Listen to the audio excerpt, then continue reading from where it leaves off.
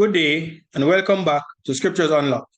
This is a continuation of the presentation on the God of Israel versus the other gods. In the previous presentation, it was established that when Moses wrote in Deuteronomy 32 verse 8 to 9, he was making a reference to what transpired at the Tower of Babel when God divided the sons of Adam according to the sons of God. 70 nations emerged as a result of God confounding the languages at Babel, and over these 70 nations, God placed angelic beings to govern these nations because he disowned and disinherited these nations. These heavenly beings were the gods that were placed over the nations. And remember, these heavenly beings are referred to as Elohim, which is the Hebrew word for God. But they were supposed to govern the nations according to the will of God and teach them the laws of God. But however, these heavenly beings became corrupt. And in the next presentation, I will show the judgment of God on these sons of God that were placed over the nations. Also, in Deuteronomy 32 verse 9, God shows Israel as his allotted heritage, as his inheritance. And Genesis chapter 1 to 11 is a broad view of mankind, where these chapters take a global look on humanity. However, from Genesis 12 all the way to the rest of the Old Testament, the scriptures zero in on one particular nation, the nation of Israel, whom God was about to choose by calling one man, Abraham, and make a covenant with him and his descendants after him, and he was going to choose them as his people. And through them, he would reveal the plan of salvation.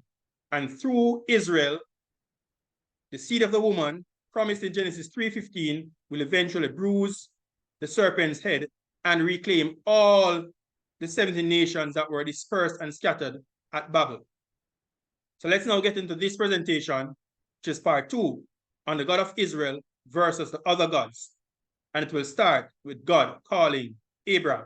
So after the flood, which took place 1,656 years after creation, when Noah was 600 years, the earth became populated by Noah's 3 sons. And this genealogy focuses on the descendants of Shem.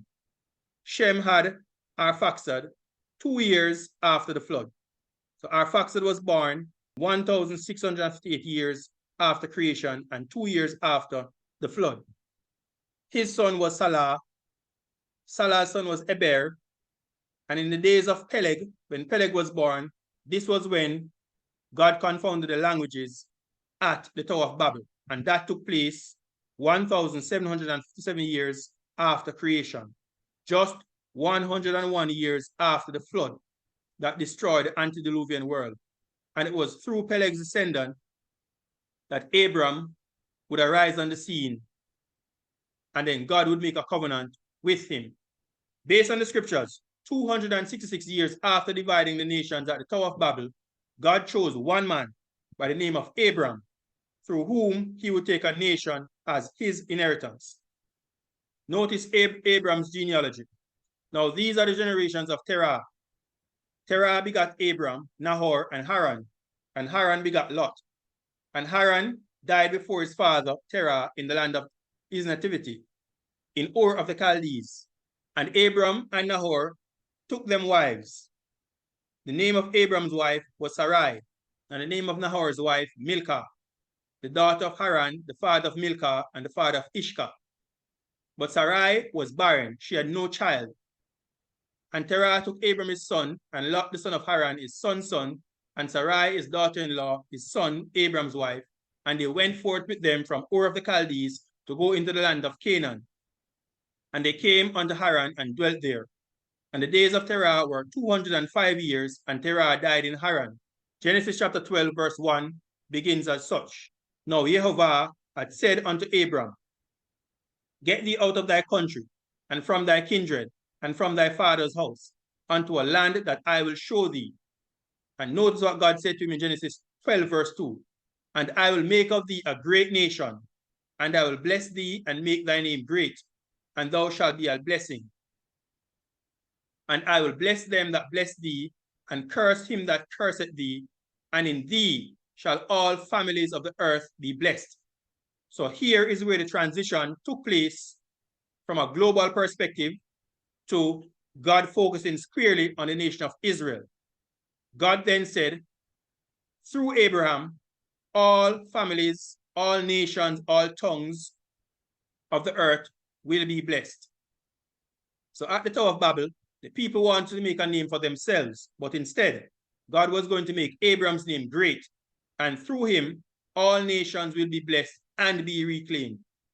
God established a covenant with Abraham, which we'll read about shortly. He also established a covenant with Isaac, which can be seen in Genesis 26, verse 1 to 5, and then with Jacob in Genesis 28, 10 to 15, and their seed, which he established at Mount Sinai when he gave them the 10 commandments, which was the basis of the covenant. Notice Genesis 15, verse 1. Abraham promised a son. After these things, the word of Yehovah came unto Abraham in a vision, saying, fear not, Abraham, I am thy shield and thy exceeding great reward. And Abraham said, Lord Yehovah, what wilt thou give me, seeing I go childless? And the steward of my house is this Eliezer of Damascus. And Abraham said, behold, to me thou hast given no seed, and lo, one born in my house is mine heir. So here, viewers, we can see that Abraham was childless at this point in time. His wife Sarai, whom will be renamed Sarah, was barren. So the nation of Israel was established by a miracle of God.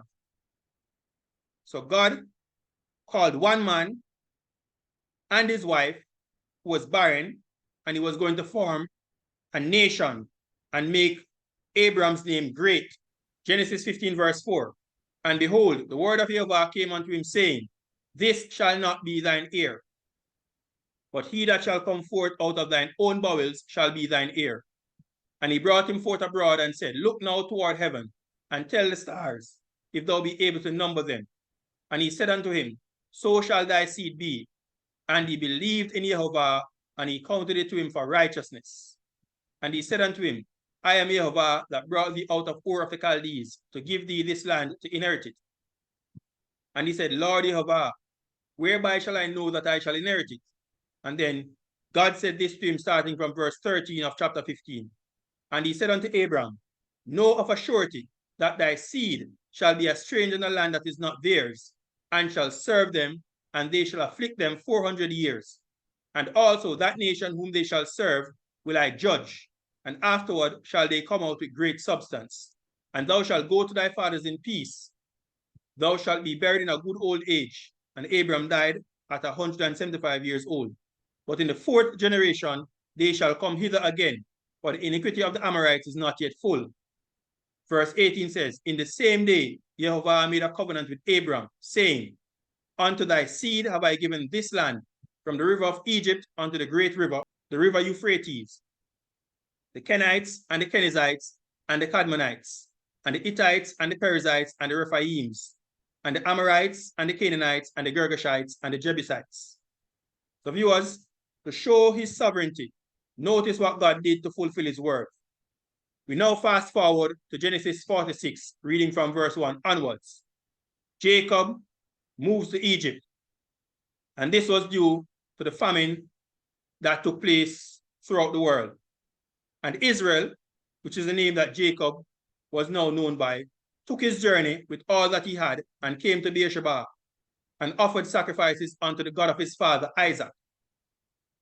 And God spake unto Israel in the visions of the night and said, Jacob, Jacob. And he said, here am I. And he said, I am God, the God of thy father. Fear not to go down into Egypt, for I will there make of thee a great nation. I will go down with thee into Egypt, and I will also surely bring thee up again. And Joseph shall put his hand upon thine eyes. Because remember, at this point in time, Jacob had not seen Joseph from the time he sent him out to go and look for his brothers, who then sold him into slavery. And he ended up into Egypt, serving in Potiphar's house. He ended up in jail and became the governor of Egypt. And Jacob rose up, verse 5, from Beersheba, and the sons of Israel carried Jacob their father and their little ones and their wives in the wagons which Pharaoh had sent to carry him. And they took their cattle and their goods which they had gotten into the land of Canaan and came into Egypt, Jacob and all his seed with him, his sons and his sons' sons with him, his daughters and his sons' daughters, and all his seed brought he with him into Egypt. Verse 8 says this, and these are the names of the children of Israel which came into Egypt, Jacob and his sons, Reuben, Jacob's firstborn. And you can see all the descendants of Jacob and his sons and their children. So Jacob's firstborn was Reuben, secondborn was Simeon, Levi, Judah, Issachar, and Zebulun.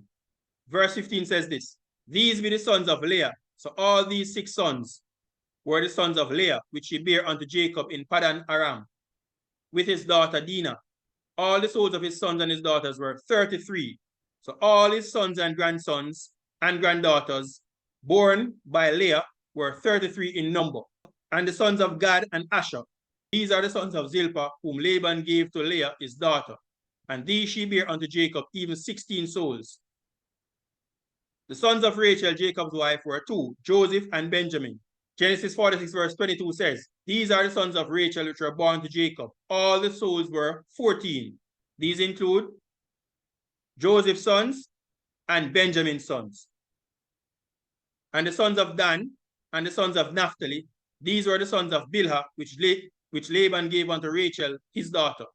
And she bare these unto Jacob. All the souls were 7. And the sons of Joseph, which were born him in Egypt, were 2 souls. And notice this, viewers. All the souls of the house of Jacob which came into Egypt were 70. That's 70 individuals. So notice what God did. At the Tower of Babel, the people were divided into 70 nations. And when Jacob went into Egypt, 70 people from the house of Israel entered Egypt. God matched what he did at the Tower of Babel, which takes us now to Exodus chapter 1, where Israel was now multiplying in Egypt. So verse 5 of Exodus 1 says this, and all the souls that came out of the loins of Jacob were 70 souls, for Joseph was in Egypt already. And Joseph died, and all his brethren, and all that generation. And the children of Israel were fruitful, and increased abundantly, and multiplied, and waxed exceeding mighty. And the land was filled with them, because remember, God promised that he would make Abraham's seed as the stars of heaven, and as the sand on the seashore. But notice what transpired as a result of the children of Israel being fruitful and multiplying in the land of Egypt. Now there arose a new king over Egypt, which knew not Joseph.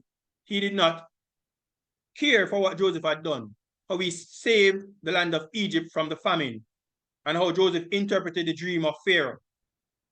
And he said unto his people, this is Pharaoh, behold, the people of the children of Israel are more and mightier than we.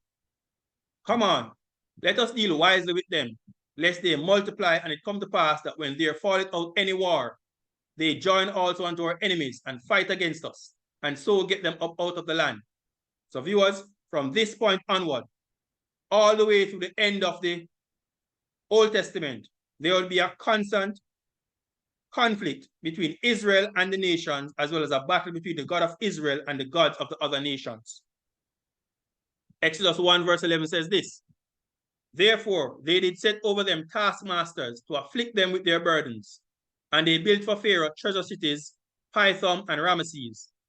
But the more they afflicted them, the more they multiplied and grew, and they were grieved because of the children of Israel.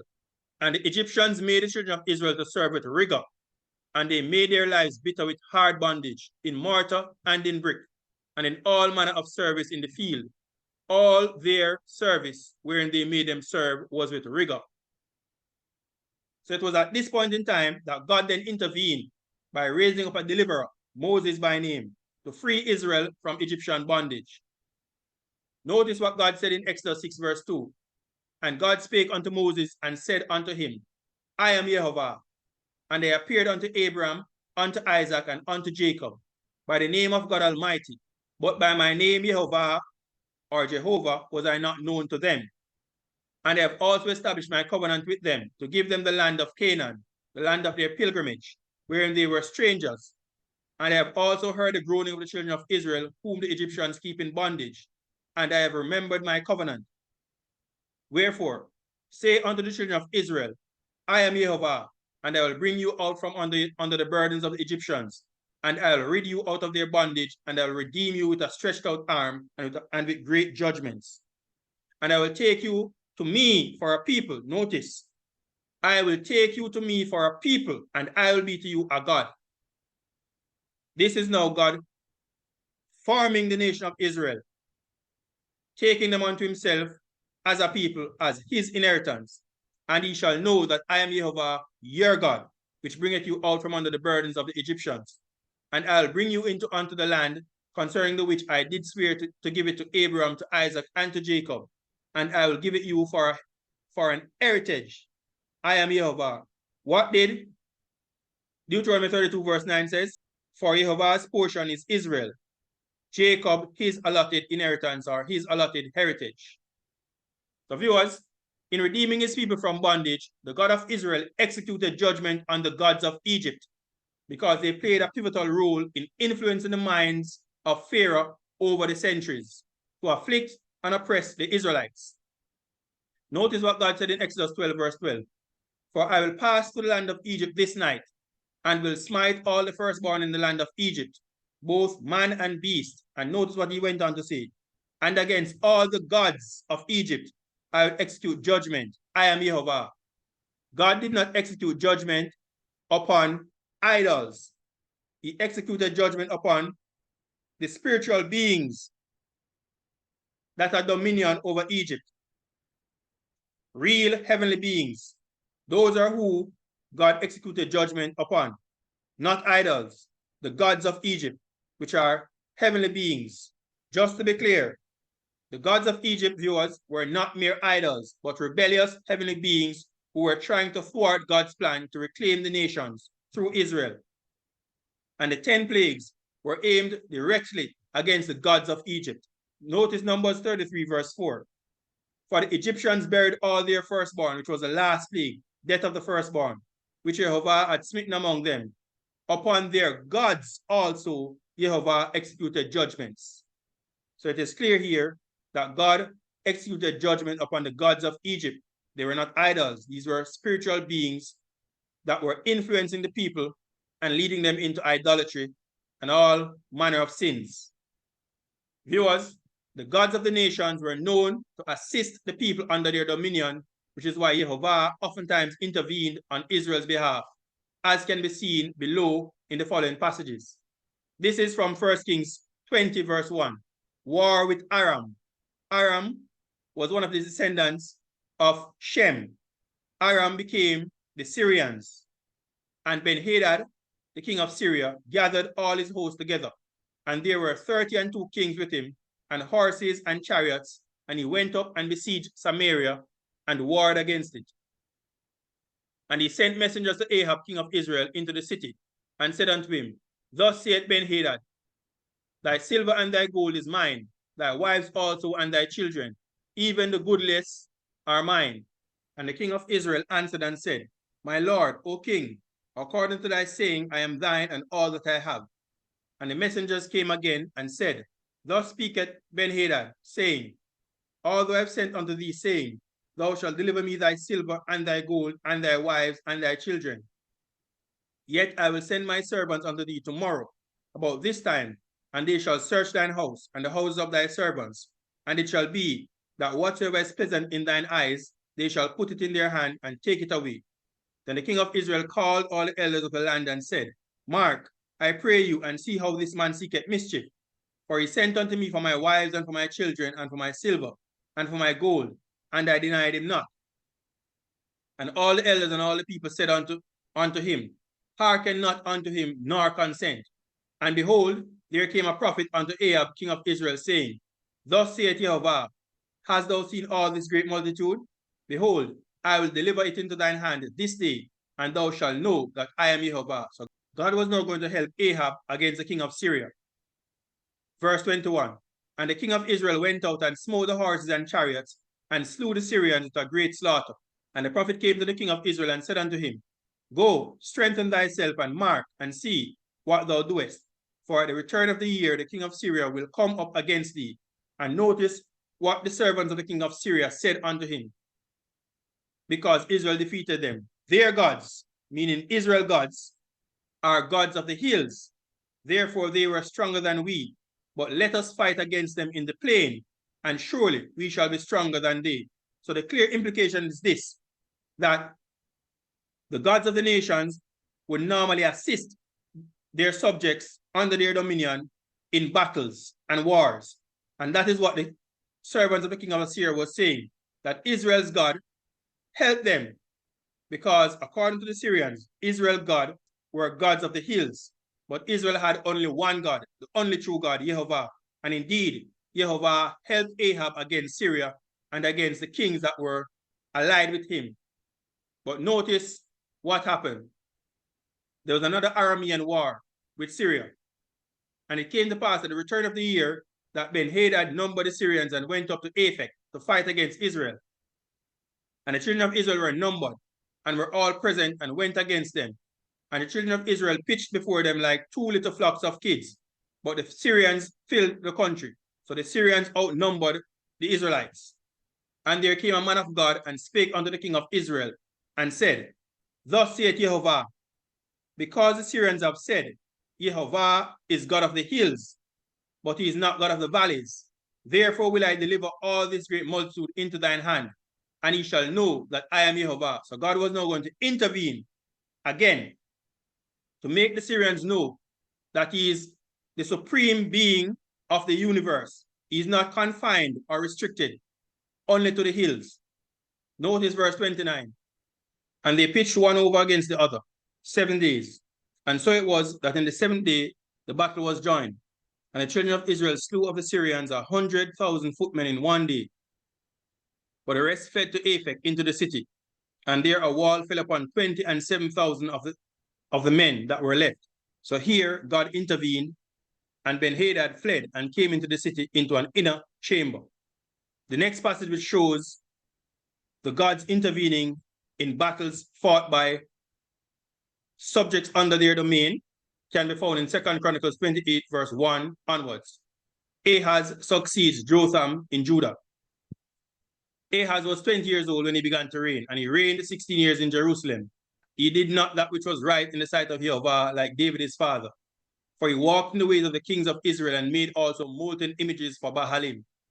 Moreover, he burnt incense in the valley of the son of Hinnom and burnt his children in the fire after the abominations of the heathen whom Yehovah had cast out before the children of Israel.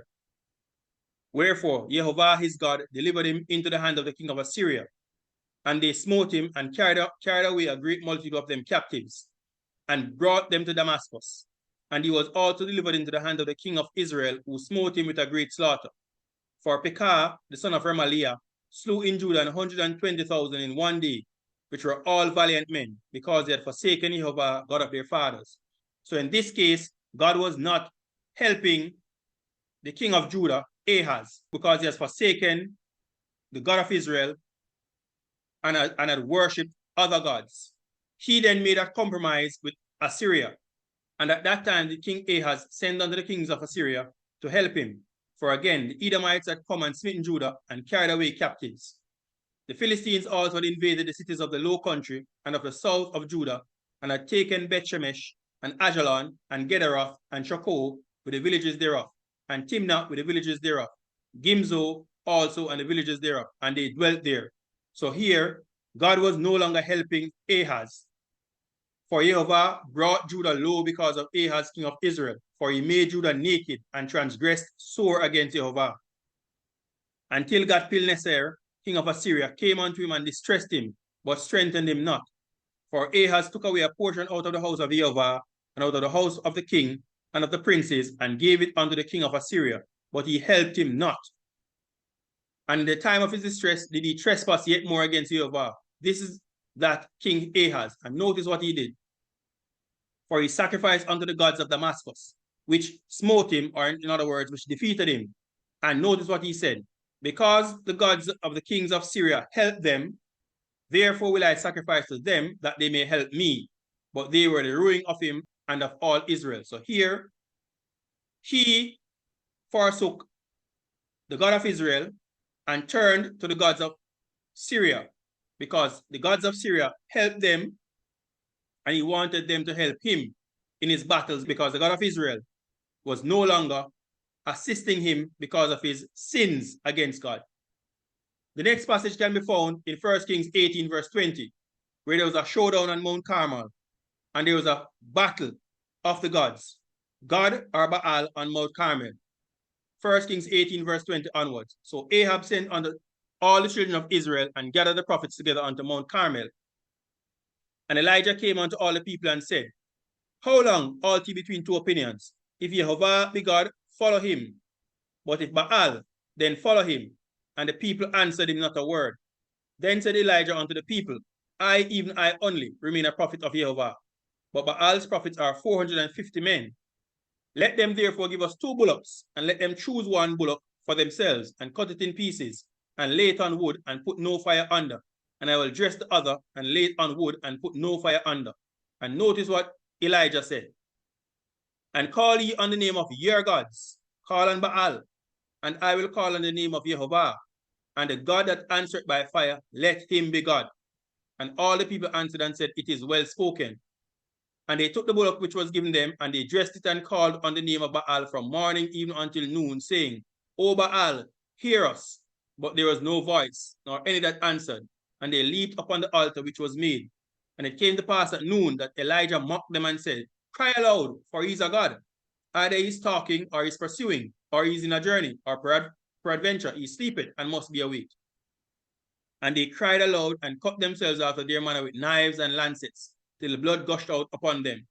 And it came to pass when midday was past, and they prophesied until the time of the offering of the evening sacrifice, that there was neither voice, nor any to answer, nor any that regarded.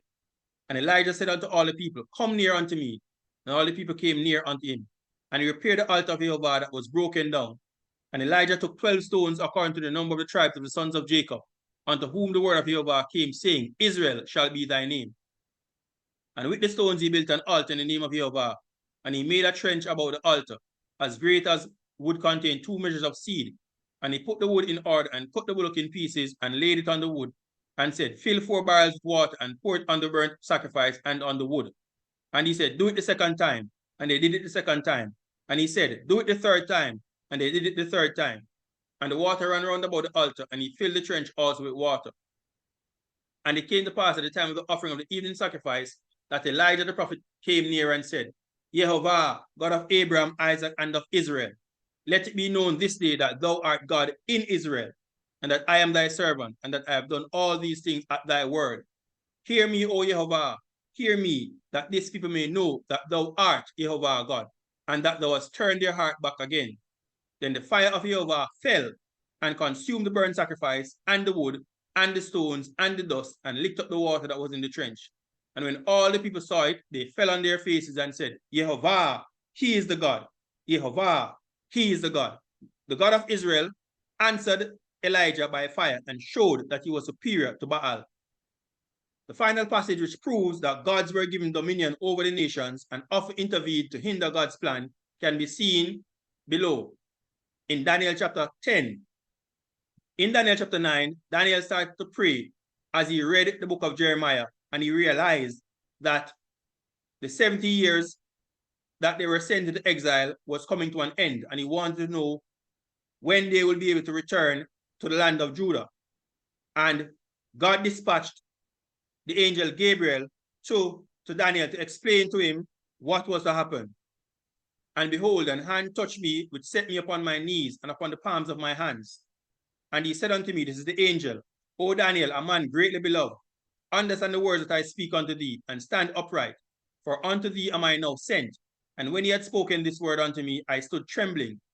Then said he unto me, fear not, Daniel, for from the first day that thou didst set thine heart to understand, and to chasten thyself before thy God, thy words were heard, and I am come for thy words. But notice what happened. But the prince of the kingdom of Persia withstood me 21 days. That's 3 weeks. So the prince of Persia here is a spiritual being.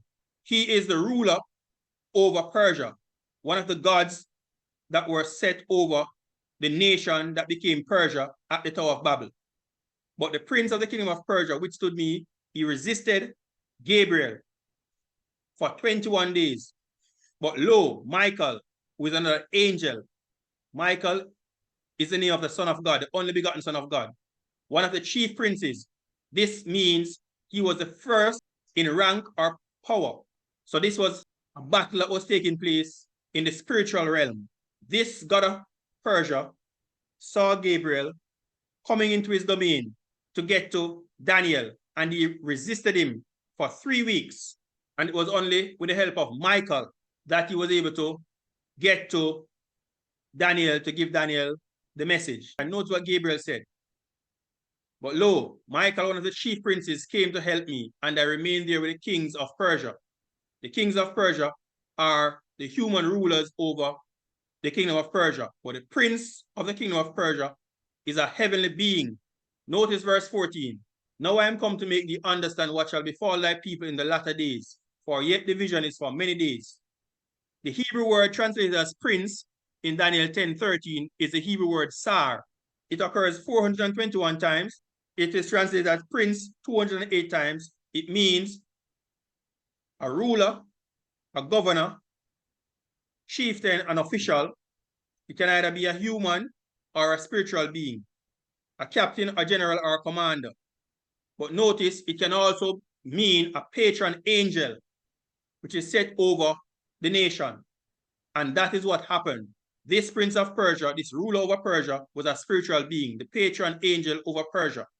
He was the one who resisted and held Gabriel in captivity for 3 weeks. The battle was raging for 3 weeks, and Gabriel could not overcome this particular prince of Persia, which means that this being, this heavenly being, was stronger than Gabriel. And it was only with the help of Michael the archangel, who is the Son of God, who created the angels. He was the one who came and helped Gabriel in this battle. So, Sar, the Hebrew word translated as prince, means a governor or a ruler. Notice Daniel 10 verse 18 and 19. Then there came again and touched me one like the appearance of a man, and he strengthened me and said, O man, greatly beloved, fear not, peace be unto thee, be strong, yea, be strong. And when he had spoken unto me, I was strengthened and said, let my Lord speak, for thou hast strengthened me. And notice what happened.